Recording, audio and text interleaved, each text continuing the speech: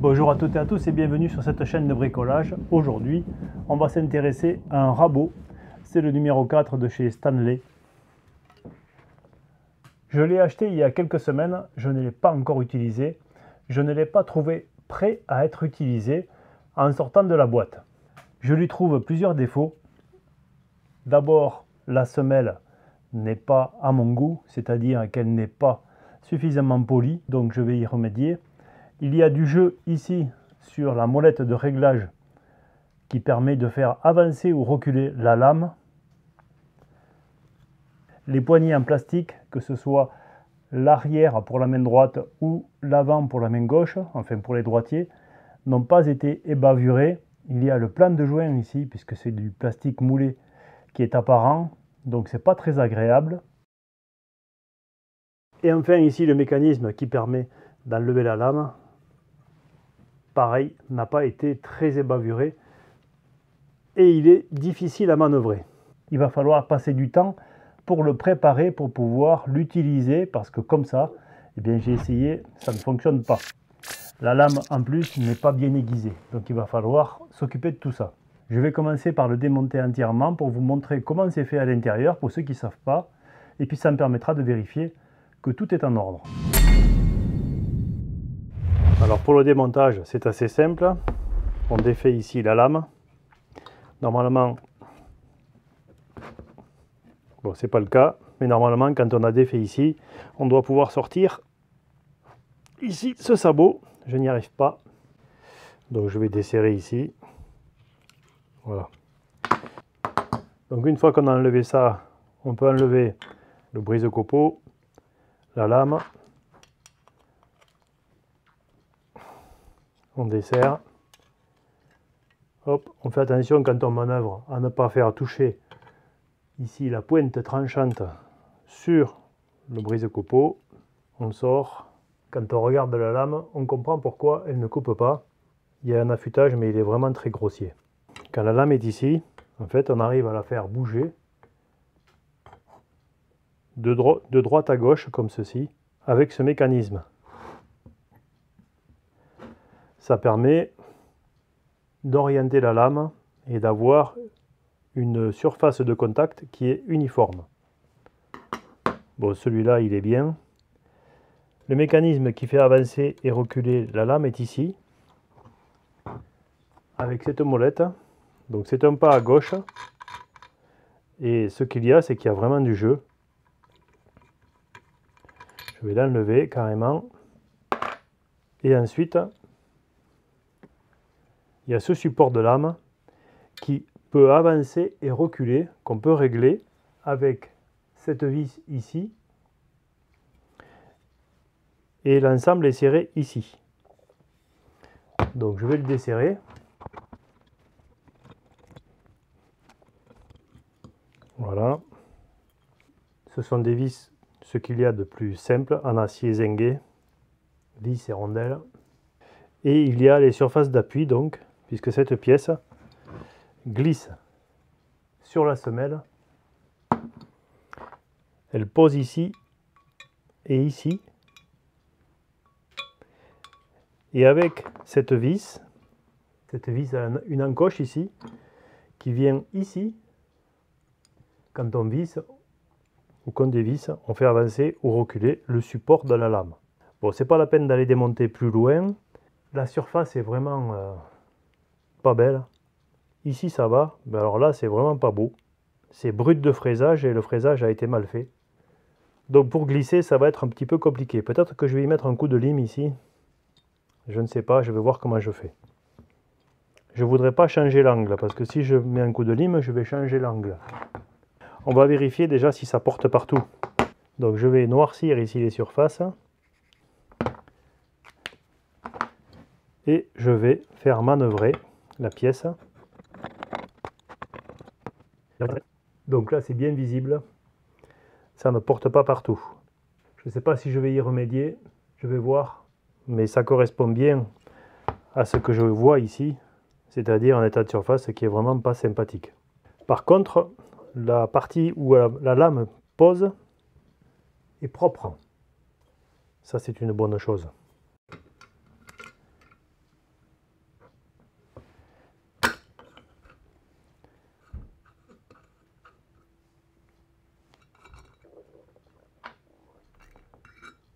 Voilà l'ensemble des pièces, une fois démontées. Et pour que ce soit un rabot qu'on puisse utiliser facilement sans trop se poser de questions, il y a quand même un petit peu de travail. Alors pour arranger la semelle, je vais passer du papier vert. Je vais commencer par du 240. Je vais aller, je pense, jusqu'à 1000. Et je me mets sur la table de ma dégauchisseuse qui est en fonte, qui est parfaitement plate. Si vous n'avez pas ce genre de choses, prenez du mélaminé, prenez une plaque de verre. Le mélaminé, c'est ça. Ça, c'est parfaitement plat aussi, ou plutôt assez plat. Sinon, prenez une plaque de verre, prenez quelque chose de plat. C'est important.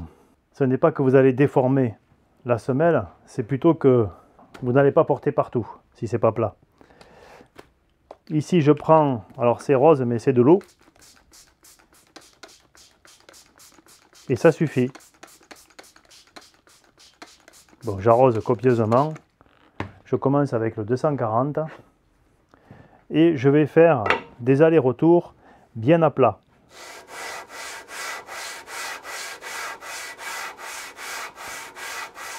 Comme ceci. Une fois comme ceci. Une fois comme ceci. Et je vais essayer de ne pas appuyer sur un côté. Il n'y a pas besoin non plus de forcer. Ce que je veux, c'est enlever les stries. Au bout d'un moment, déjà là, au bout d'une vingtaine d'allers-retours, je sens déjà que ça frotte beaucoup moins. Donc ça veut dire que j'ai dû enlever toutes les aspérités avec ce grain. Et qu'après je vais changer de grain et je vais faire comme ça. Allez, je vous montre tout de suite. On voit déjà que la semelle ne portait pas correctement. Ici j'ai commencé à poncer, ici aussi, sur les bords, et au milieu c'est creux. Je continue en 240.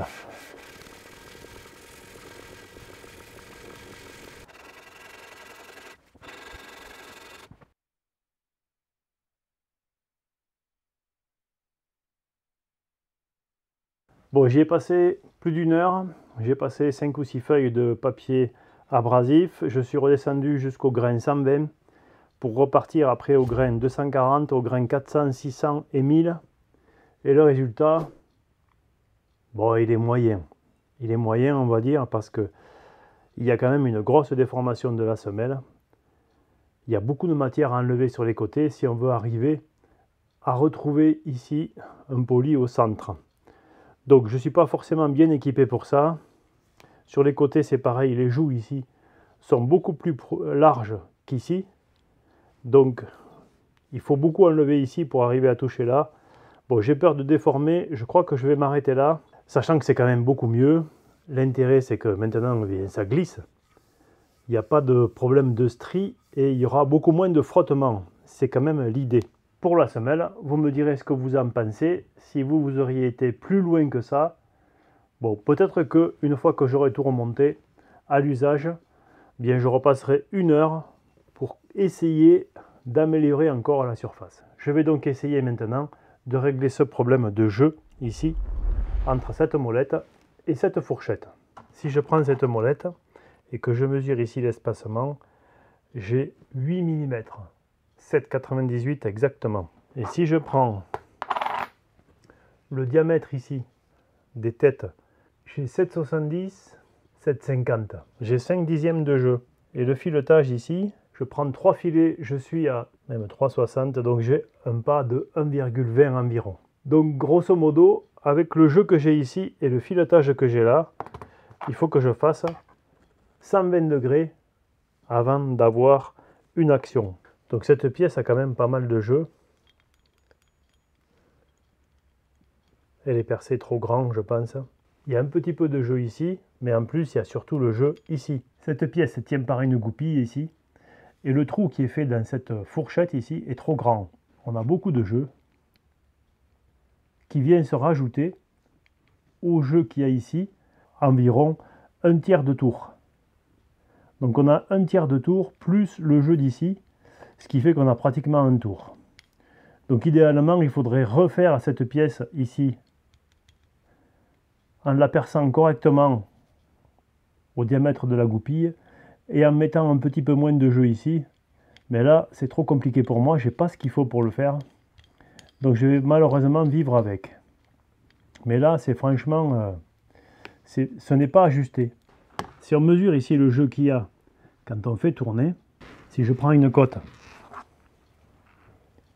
entre ici, un point fixe, 66, 23, je vais faire un tour complet ici et je mesure combien j'ai. J'ai 66, 90. Donc 23, 90, ça fait 0,7. Donc comme mon pas ici, il fait 1,30. Donc j'ai quasiment un demi-tour.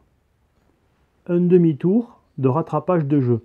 Et ça c'est important parce que quand on va couper, si on n'a pas rattrapé le jeu ici, eh bien la lame va reculer de 6 dixièmes. Donc 6 dixièmes, ça fait beaucoup si on veut par exemple définir que ce rabot va faire de la finition. Il va faire des copeaux qui seront inférieurs à 6 dixièmes. Donc si on règle et puis que la lame au fur et à mesure qu'on rabote recule de 6 dixièmes, eh bien on a le réglage qui est perdu. Donc il faudra penser à rattraper le jeu. Alors je vais faire un seul truc. Voilà. Ce qu'on obtient après un petit peu de travail. Ça a quand même une autre allure.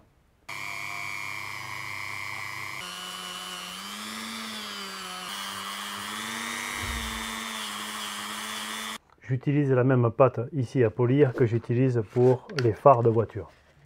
C'est de la pâte à polir le métal. Maintenant, je vais m'attaquer à ce qui est poignée et essayer d'enlever cette bavure là, sachant que c'est de la bakélite, je pense. L'idéal, ce serait de le refaire en bois. Je le ferai peut-être plus tard, mais pour l'instant, ce que je voudrais, c'est avoir quelque chose qui soit agréable là, et qui soit pas comme ça avec cette arête. Donc je vais voir comment je peux faire. A few moments later. Clairement, au niveau de l'esthétique, c'est pas joli. J'ai pas pu faire mieux que ça. J'ai à certains endroits avec la petite meuleuse, j'ai brûlé, donc j'ai fait un trou, évidemment. Donc j'ai terminé comme j'ai pu. Mais l'avantage, eh bien, c'est que c'est lisse. Il n'y a plus d'aspérité. Je l'ai laissé dessus pour qu'on voit vraiment la différence entre les deux. Mais là, bon, très certainement que quand j'aurai un petit peu de temps, je vais m'en refaire en bois. Ce qui est désagréable quand on travaille longtemps avec un rabot, c'est d'avoir une surface agressive. Donc là, c'est pas le cas, même si elle n'est pas bien jolie, ou tout du moins si elle brille pas autant qu'au départ, à certains endroits, elle ne me blessera pas les mains. Maintenant, on va terminer par la lame et le brise-copeaux. Et pour ça, je me suis acheté un petit outil qui permet de positionner la lame dedans et de vérifier l'angle avec lequel on va aiguiser, affûter sa lame. Ça, c'est très important. Donc ici, ce sont des lames qui sont affûtées à 25 degrés. C'est l'angle qu'on va reporter avec cet outil. Et je vais réutiliser les feuilles de papier abrasif que j'ai utilisées pour la semelle.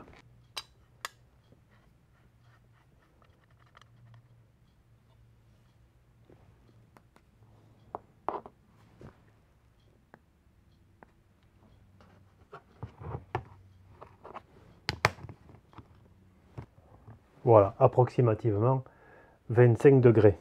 Donc ici, j'ai 25 degrés entre le biseau, ici, et la face avant. Donc attention, la lame ne va pas travailler comme ça dans le rabot, elle va travailler comme ça. Donc il y aura ici une dépouille. Il y aura 20 degrés de dépouille. L'angle d'affûtage de la lame est écrit sur la lame. Alors je mets un coup de marqueur ici sur l'arête. Comme ça, je vais voir où je porte. Et je vais faire un passage d'abord. Un seul passage. Alors pour le passage, je vais faire comme ceci. Et je recule. En appuyant. Juste ça. Et je regarde. Ici, on doit être affûté à un angle qui est inférieur à 25. Alors c'est pas très grave, par contre on est homogène. On a un trait ici d'affûtage qui est bien perpendiculaire ici à la face et qui est homogène. Donc on va recommencer.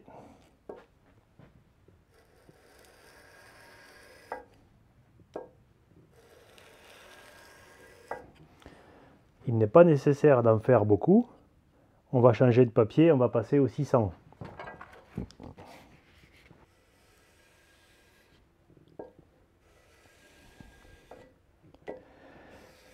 Alors ce papier vert en 600, il ne doit pas être en 600 parce qu'avec tout ce que je lui ai fait subir en usinant, en rectifiant la semelle, le grain a dû changer. Bon, on voit qu'en fait il y avait quelques dixièmes de degré parce que déjà je commence à avoir quasiment toute l'arête qui est prise. Bon, pour l'instant je ne sens pas de bavure derrière, donc c'est pas forcément bon.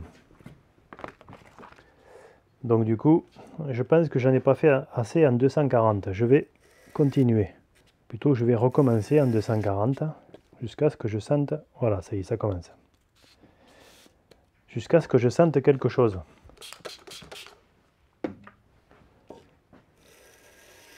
Que je crée un fil.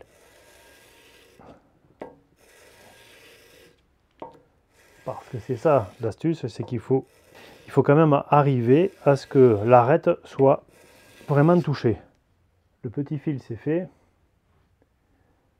On a touché sur toute la surface. Donc maintenant je passe en 600. Toujours dans ce sens, en reculant, jamais en avançant. Avec du feutre, on arrive à voir si on porte bien sur toute la surface. Je passe à 1000.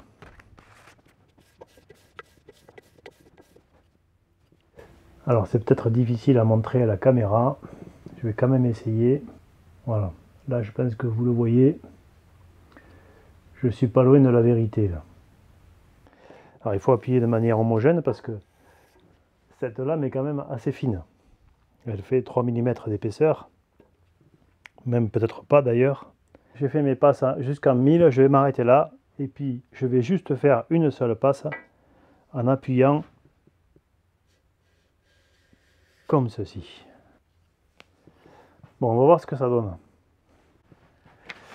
Alors, j'arrive à faire des petits copeaux de papier comme ça.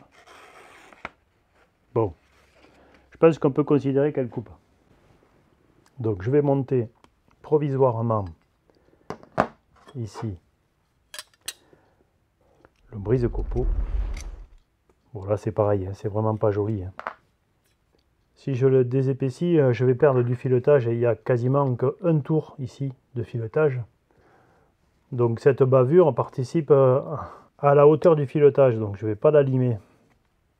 Mais franchement, hop, c'est pas très joli. Je vais la laisser comme ça, un petit peu éloignée, pour faire un test. Alors je pourrais prendre une cale d'épaisseur, je pourrais prendre quelque chose de plus fin que ça, mais rien qu'avec ça déjà, on doit pouvoir arriver dans un coin qui est propre, comme ceci, ce coin qui est propre. Là, on voit que s'il y a un copeau qui arrive, il va se coincer, c'est sûr. Donc ça, c'est pas bon. Le but de cette pièce, c'est que quand le copeau se forme ici, il dégage et il se casse. Il se casse à la distance entre l'arête et le début du brise-copeaux. On comprend bien que si on fait des petites passes, on aura un petit copeau qui va venir ici buter. Il ne va pas glisser. Donc cette pièce, il faut l'affûter pour qu'elle plaque vraiment sur la lame. Et c'est ce qu'on va faire. Alors je vais utiliser une pierre à affûter. Je prends un bout de bois pour mettre la pierre plus haute. Là il y a 7 ou 8 mm que le bois, de manière à donner un angle ici dessous. Et être sûr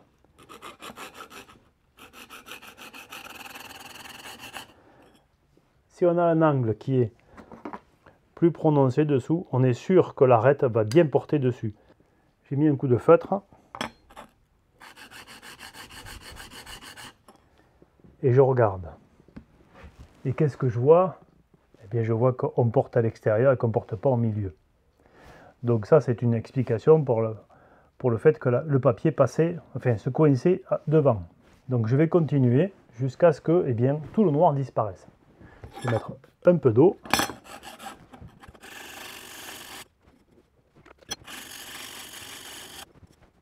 Je vais remettre un petit peu de noir. Donc là, clairement, on voit qu'on a encore un petit peu de travail. On ne touche pas ici.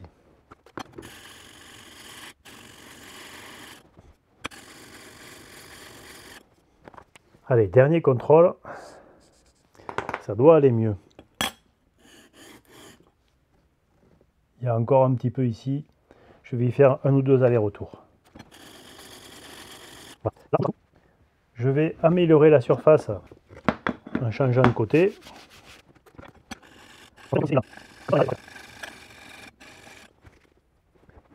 Voilà l'arête maintenant.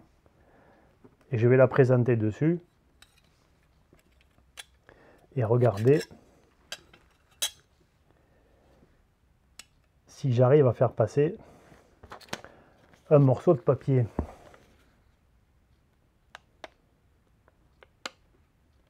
Toujours. Pourquoi? Eh bien parce que le dos ici est vraiment très épais. Donc je vais affiner le dos. Maintenant que je suis plat, et pour affiner le dos, il n'y a rien de plus simple.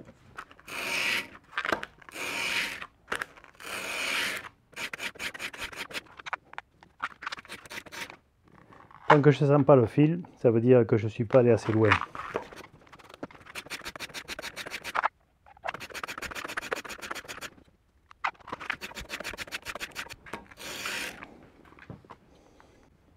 Et là, je vais jusqu'à 1000. Parce qu'il est important que le copeau rencontre une surface la plus lisse possible, de manière à s'évacuer facilement. Voilà, j'arrive à la limite de l'exercice avec mes feuilles recyclées. Donc là, le brise-copeaux est affûté de ce côté comme il le serait de l'autre. Je vais juste faire ça. Allez, on enlève le brise-copeaux de l'outillage. On pose.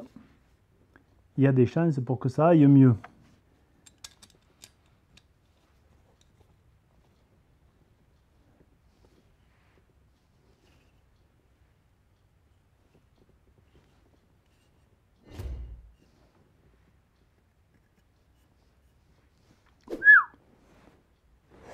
Ça coupe, hein. Fais attention. Regardons ce qui se passe.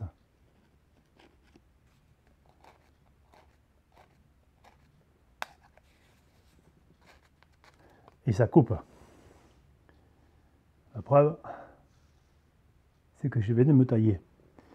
On va avancer le brise-copeaux maintenant près de l'arête ici à environ 1 mm et on va serrer et on va remonter.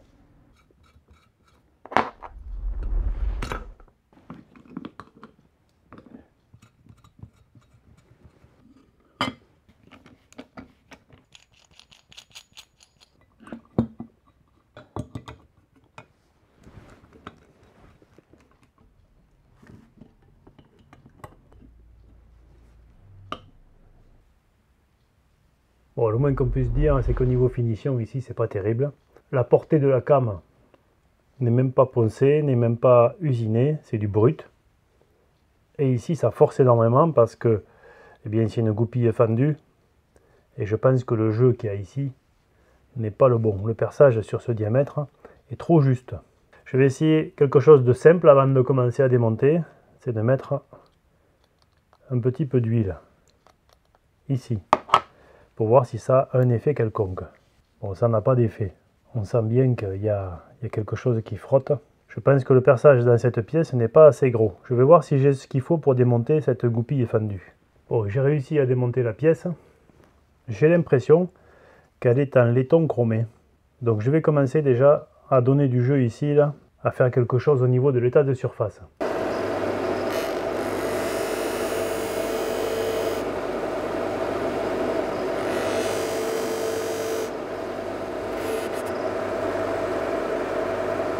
Bon, l'idée c'est d'avoir du jeu un petit peu là. Donc c'est le cas. Je vais essayer de faire quelque chose de propre ici aussi.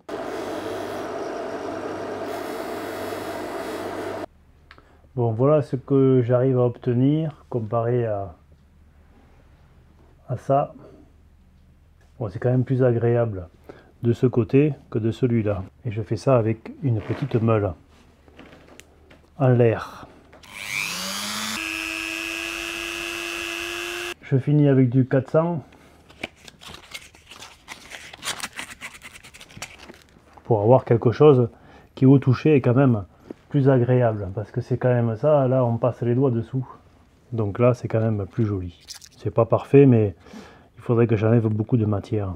Alors je sais pas, je pensais que c'était un laiton parce que j'avais des traces de laiton ici, mais finalement non.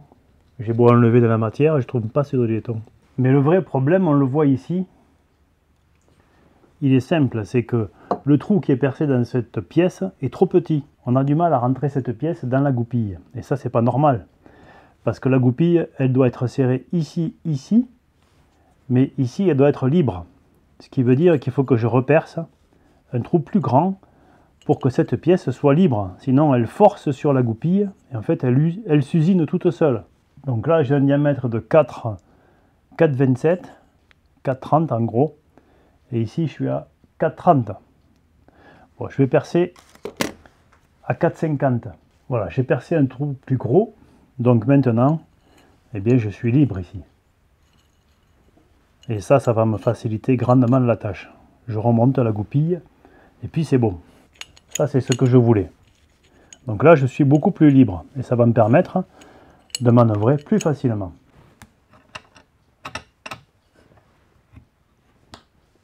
Bon, là, c'est mieux quand même. C'est nettement mieux. J'ai enlevé un petit peu de matière, donc j'ai perdu de la liberté. Je suis maintenant obligé aussi de rajouter un petit tour ici pour pouvoir l'enlever. Maintenant je vais le régler et je vais faire quelques copeaux avec. Bon, et autre petit problème, on le voit ici, la vis qui maintient le brise-lame sur la lame touche ici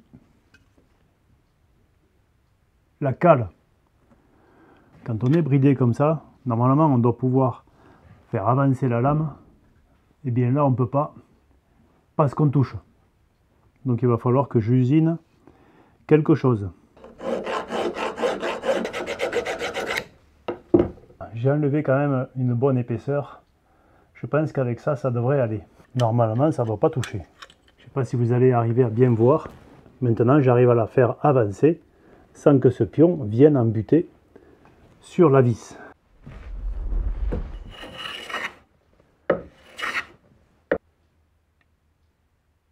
Là, je suis en rattrapage de jeu.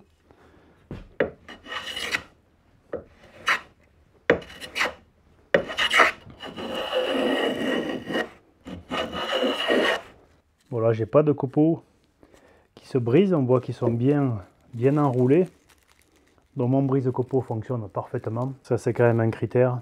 Et puis au niveau de l'épaisseur, je sais pas si je vais arriver à bien le montrer. 2/10 d'épaisseur.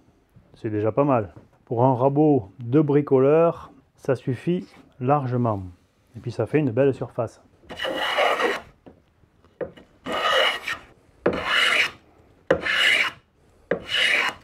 Voilà, ça va mieux. Je vais essayer de faire un copeau plus fin. Donc je vais plus loin et je reviens pour rattraper le jeu. Là, je suis dans des copeaux qui sont, je ne sais même plus si on peut appeler ça des copeaux. Bon, on arrive à faire des choses, des copeaux qui sont, bon, c'est plus, c'est presque de la poussière, hein. Ça veut dire que la qualité de la lame est bonne finalement, parce que je pense qu'on ne pourrait pas faire ça avec une lame qui n'est pas bonne. Si je mesure ici par exemple, là je suis à 6 centièmes. entre 6 et 5 centièmes. Bon, c'est la précision de l'appareil. Même à des endroits, je suis à 4. Donc c'est vraiment très fin. Ça veut dire ici que l'arête de la lame est parfaite. Maintenant, il y a beaucoup moins d'efforts à fournir avec une semelle qui est à peu près, je dis bien à peu près, polie. Qu'est-ce qu'il faut retenir de la préparation de ce rabot qui était neuf, mais qui, à l'état neuf, ne fonctionnait pas bien, n'était vraiment pas performant et utilisable en l'état. Je pense que c'est la même chose pour tous les rabots qu'on achète, parce que ces étapes de finition prennent beaucoup de temps et donc ça coûte de l'argent. Quand j'ai acheté Stanley, j'ai acheté la marque. On entend parler de Stanley partout, donc j'ai dit voyons voir qu'est-ce que c'est que ce rabot, sachant que jusqu'à maintenant je travaillais avec ça. Et ça, c'est très simple, c'est un rabot sans brise copeaux, c'est un rabot qui n'est pas réglable, c'est un rabot avec une semelle en bois. Par contre, ici on a un état de surface qui est très lisse, donc on n'a pas beaucoup d'efforts, et c'est la première chose qui m'a choqué quand j'ai reçu ce rabot. Je me suis dit avec une semelle comme ça, c'est pas possible. Donc, bon, premier travail de semelle, et puis en démontant, on s'aperçoit qu'il y a quand même pas mal de pièces qui ont été réalisées de manière approximative. Donc il ne s'agit pas de tirer à boulet rouge dessus. Je rappelle que je l'ai payé 80 €, mais 80 €, ce n'est pas le prix normal. Normalement, tout du moins si j'ai bien compris, puisque j'avais 40% de réduction, normalement il vaut 120 €. Alors pour 120 €, il y a quand même des pièces que j'aurais aimé voir mieux réalisées, d'autant que ce sont des pièces qui sont très fonctionnelles. Je parle d'abord de la semelle et ensuite de ce mécanisme ici de réglage. Parce que si on oublie de rattraper le jeu, eh bien au fur et à mesure, on a le rabot qui se dérègle et sans arrêt, eh bien on règle, on dérègle et on ne fait pas de joli travail. Ça c'est quelque chose que je n'avais pas là-dessus, puisqu'une fois que la lame est réglée, elle ne recule plus, on l'a calée. L'avantage ici c'est qu'il y a un système de réglage, mais il ne faut pas que la lame puisse reculer. Bon, bien entendu, la lame qui doit être affûtée quand on reçoit un rabot, ça aussi c'est valable pour toutes les marques. L'affûtage de la lame prend aussi un petit peu de temps, et puis ça ne se fait pas vraiment bien avec des machines, il vaut mieux le faire à la main, c'est beaucoup plus performant. Il y a plusieurs méthodes pour le faire, là je vous ai montré avec du papier vert parce que j'avais usé une quantité astronomique de papier vert pour réaliser le polissage de cette semelle qui n'est pas parfaite, certainement que je vais y revenir. Mais donc je ne voulais pas perdre le papier vert et c'est pour ça que je l'ai fait comme ça. Alors pour tout dire, j'en ai acheté deux. J'ai acheté le numéro 4 et j'ai acheté le numéro 5. Bon, le numéro 5 et le numéro 4, quand on les regarde, aujourd'hui, on voit la différence. Ça, c'est ce qu'il y avait bien, sur celui-là. Et c'est ce qu'il va falloir que je fasse. Il va falloir que je fasse aussi l'usinage de la semelle. Alors, je ne suis pas équipé. Je vous conseille, si vous vous lancez là-dedans, rien que pour une petite semelle comme ça qui fait 20 et quelques centimètres, j'y ai passé plus d'une heure. En tout et pour tout, je crois que j'aurais passé un week-end complet à préparer ce rabot. Donc il va falloir trouver un week-end complet pour préparer celui-là. Celui-là, je l'ai payé aussi 80 €. Il en vaut, je crois, plus de 130. Bon, 130, c'est hors de prix, quoi. 130, c'est vraiment pas le prix. C'est hors de prix pour la qualité de finition qui est la même sur celui-ci que sur celui-là. Donc là, attention quand vous achetez du matériel, ne pensez pas que parce que vous achetez une marque, vous allez avoir quelque chose d'utilisable tout de suite. J'ai vu des critiques sur des rabots entrée de gamme. Je pense que celui-ci, dans l'état de finition où il était dans une finition d'entrée de gamme. Après, la lame a l'air d'être de très bonne facture, puisque j'arrive à faire des copeaux très fins. Ce n'est pas le cas pour tous les rabots. Pour ce qui est de la planité de la semelle, eh bien celle-ci n'est pas plate, elle est creusée, donc ça c'est pas fantastique. Les joues ici sont plus larges que le début et la fin du rabot, que l'entrée et la fin. Donc si jamais on veut travailler sur le champ, eh bien on a le rabot qui bouge légèrement. C'est pas très grave en soi, mais quand même ça veut dire que eh bien, cette surface n'a pas été très bien travaillée. Pour ce qui est de la perpendicularitité entre les faces, on s'en moque un petit peu parce que eh bien, on a un système de réglage ici qui permet de corriger ou de déformer éventuellement, parce que si on n'a pas bien réglé, eh bien, on est déformé. Donc la perpendicularitité, ça n'a pas vraiment d'importance. Ce qu'il faut, c'est que ce soit lisse et que ce soit donc préparé de manière à ne pas avoir de mouvement possible, c'est-à-dire qu'il faut que quand même la surface soit plane, même si elle n'est pas perpendiculaire, c'est pas très grave. Enfin, pour les poignées, bon, franchement, les poignées, là on a l'autre morceau, là on peut comparer les deux. Bon, celle-ci doit être travaillée aussi, il y a des nervures ici, les nervures dans le creux de la main, ça, au bout d'un moment ça use quoi. Donc là c'est lisse, c'est moins joli forcément puisque eh bien, pour avoir un état de finition sur la bakélite c'est très difficile, c'est moins joli, mais en tenue en main c'est quand même beaucoup plus agréable. Alors ça reste quand même un bel outil, mais il ne faut pas le payer trop cher. Voilà, ça si je devais donner un conseil c'est celui-là, ne payez pas ça plus de 100 €. Ça vaut pas le coup, ça vaut pas 100 €. Et après, si vous décidez d'acheter des rabots d'occasion, j'en ai vu aussi sur la toile, bon, les rabots d'occasion, c'est pareil, il ne faut pas payer un rabot comme ça 40 €. J'en ai vu des rabots comme ça 40 €.